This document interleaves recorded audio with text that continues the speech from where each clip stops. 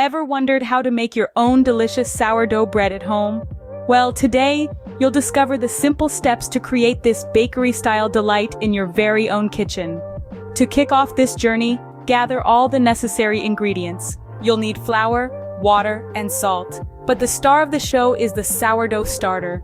This is a fermented mixture of flour and water that contains wild yeast and good bacteria. It's what gives sourdough bread its unique, tangy flavor. The first step is to prepare the sourdough starter. Mix equal parts of flour and water in a jar, cover it loosely, and leave it at room temperature. Feed it daily with the same amount of flour and water. Within 5 to 7 days, it will start to bubble and develop a tangy aroma. That's your cue that the starter is ready to use. Next, mix the starter with more flour and water. This forms what's called the levain. Leave this mixture to rest for about 12 hours. After this fermentation period, the levain should be bubbly and have a pleasant sour smell.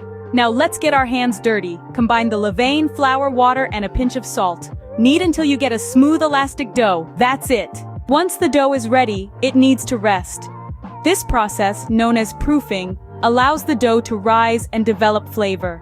Cover your dough and leave it at room temperature. After about 4 to 6 hours, it should have doubled in size. After the dough has risen, shape it into a round loaf. Place it in a floured proofing basket or a bowl lined with a floured tea towel. Cover it and let it rest again. This second proofing period will last for about 2 to 3 hours. The final step is baking. Preheat your oven to a high temperature, about 450 degrees Fahrenheit. Carefully transfer your dough onto a baking sheet or into a Dutch oven.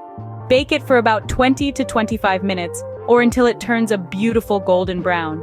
To summarize, making sourdough bread involves creating a starter, preparing the levain, mixing and kneading the dough, proofing it twice, and finally baking your loaf.